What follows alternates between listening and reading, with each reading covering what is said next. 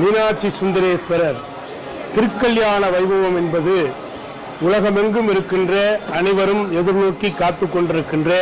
இந்த உன்னதமான வைபவத்திலே மிக பழமையான 1815 தொடங்கப்பட்ட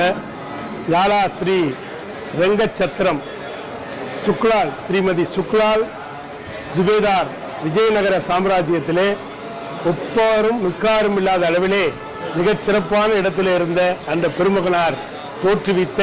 இந்த லாலா ஸ்ரீ ரெங்கச்சத்திரம் அதன் வழியாக ஸ்ரீமதி பத்ராவதி அம்மாள் அவர்கள் இந்த